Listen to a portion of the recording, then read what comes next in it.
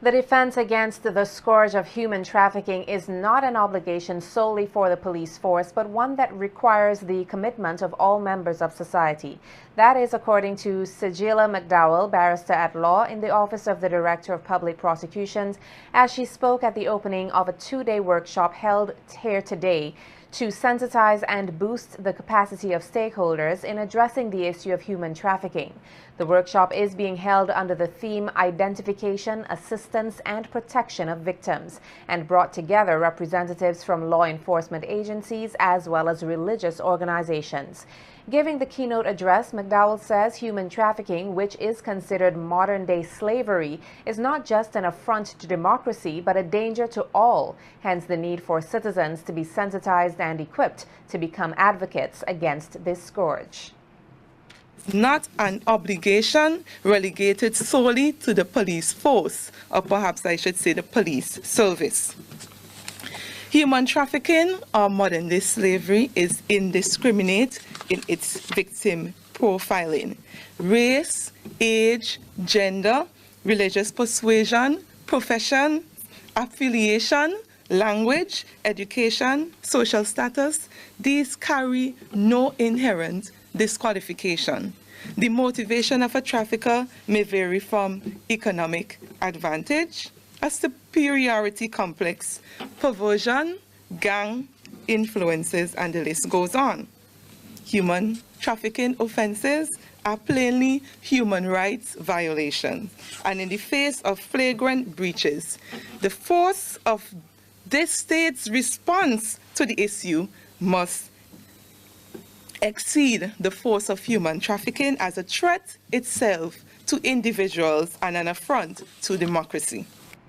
McDowell further adds that while the prosecution of human traffickers is of critical importance, so is providing the quality service to victims. McDowell recommends that more be done to facilitate their witnesses' safety in participating in the court process.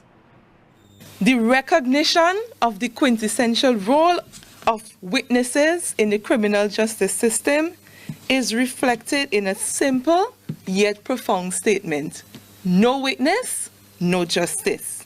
And I repeat, no witness, no justice. Witnesses must be encouraged and supported in the investigative stages.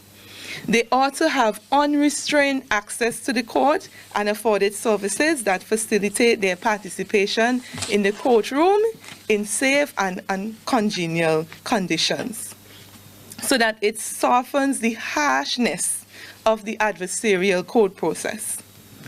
As a nation, we send a positive signal that this scourge called human trafficking has our rapt attention.